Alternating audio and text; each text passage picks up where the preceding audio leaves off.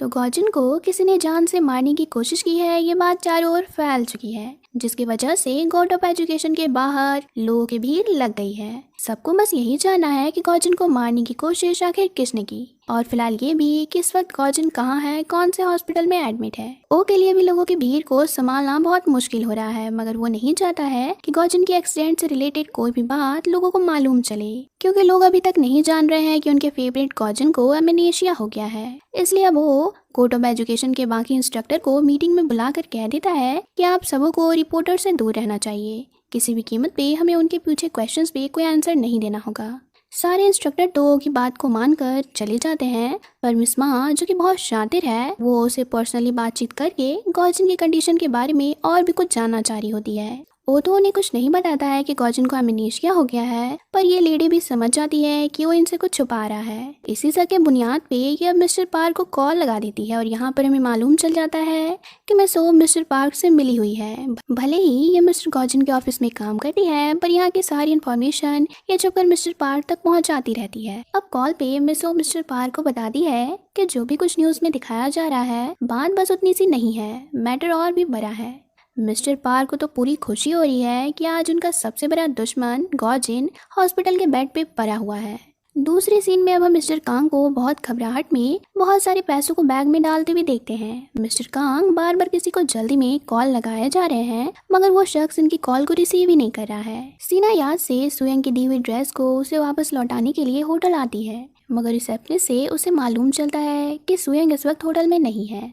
इसलिए वो ड्रेस को रिसेप्शनिस्ट को दे देती है और कहती है कि आप ही इसे सुयंग को दे दें। पर वो यहाँ से जैसे ही जाने लगती है कि अचानक से उसके सर में बहुत पेन होने लगता है और उसे एक बार फिर से ये रियलाइज होता है कि अगर उसने अपना ट्रीटमेंट जल्द से जल्द नहीं करवाया तो वो मर जाएगी। इस बात से अपसेट होकर वो अकेले में अपने फैमिली को मिस कर रही होती है कि उसके डैड की इसी वक्त कॉल आती है। उसके डैड उससे कहते हैं कि तुम ठीक तो हो ना, मैंने तुम्हें लेकर कल रात एक बुरा सपना देखा। शीना अपने डैड की इस बात से इमोशनल हो जाती है, पर फिर भी वो अपने डैड को नहीं बताती है कि उसे ब्रेन ट्यूमर हो गया है।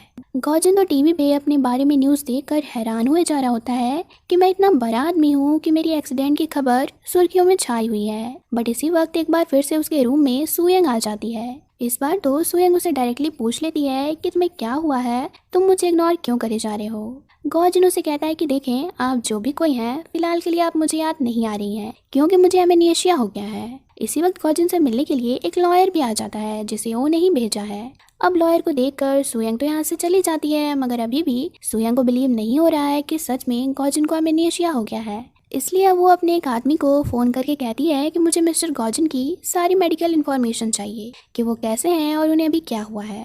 लॉयर को भी मालूम चलता है कि सीना मिस्टर गौजिन के फियांसे है। ये बात उसे भी थोड़ी सस्पिशियस सी लगने लगती है। शीना को अकेले में कहने लगता है कि अगर तुम झूठ बोल रही हो कि तुम मिस्टर गौजिन के फियांसे हो, तो फिर मैं कोर्ट में तुम्हारे अगेंस्ट जाऊंगा।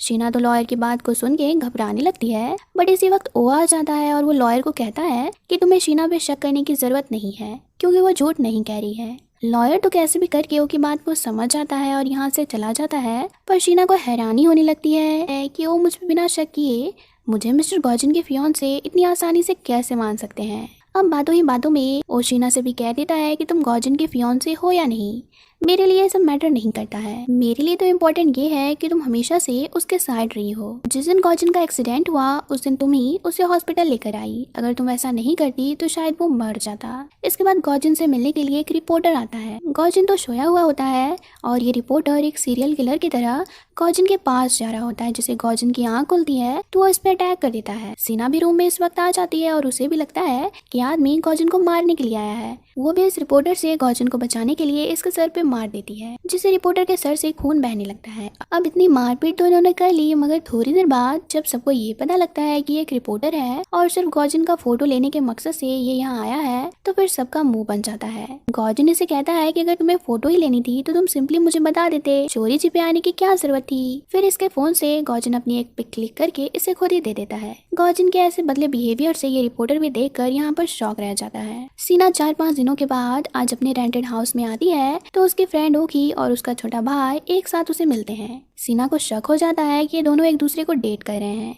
पर ये दोनों ही इस बात से साफ साफ इनकार करने लगते हैं। तो फिर सीना को भी लगने लगता है कि हो सकता है मेरे भाई को ऑडिशन देने जाना है और शायद इसलिए वो ओकी की हेल्प लेने के लिए आया होगा। शीना तो नहीं चाहती है कि उसका भाई एक्टिंग के चक्कर में पड़ के अपना करियर बर्बाद कर ले, इसलिए वो यहाँ से खुद ही उसे धक्के मार के भगा देती है। अब अगले दिन गौजन हॉस्पिटल से डिस्चार्ज होकर अपने घर ओ के साथ आ जाता है, क्योंकि हॉस्पिटल में अब रिपोर्टर्स उसे शांति से जीने नहीं दे रहे थे। घर आने पे गौजन को हैरानी होती है कि इतना बड़ा और शानदार घर मेरा अपना है।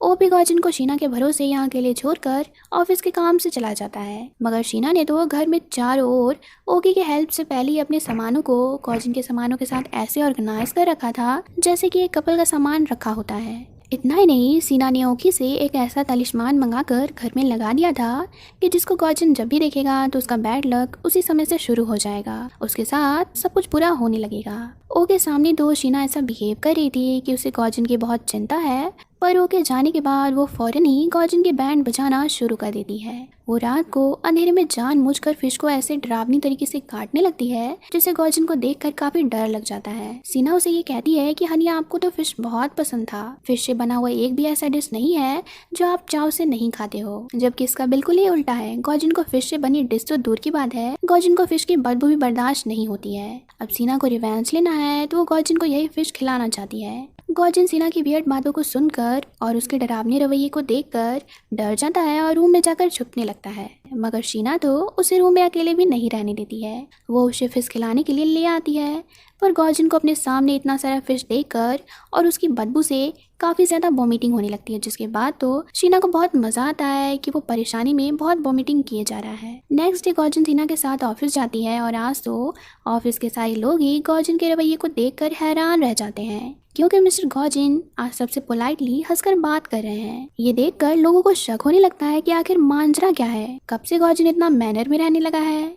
क्लीनर को भी वो सुबह सुबह गुड मॉर्निंग कह देता है, जिसके बाद तो वो हैरान हो जाती है और यही बात वो फौरन पुरानी सेक्रेटरीज को कॉल करके बता देती है। ऑफिस में शीना एंड ओ दोनों ही गौजन से पूछते हैं कि क्या इस जगह को देखकर तुम्हें कुछ भी याद आ रहा है, तो उनकी बात पे गौजन भी उनसे कहता है कि मुझे इस जगह को देखकर कुछ भी याद नहीं आ रहा है, ये जगह तो मुझे अनफैमिलियर सी लग रही है। तो इसी सीन के साथ ये पार्ट खत्म हुई, आगे क्या होगा ये हम नेक्स्ट पार्ट में देखेंगे। Thanks for watching.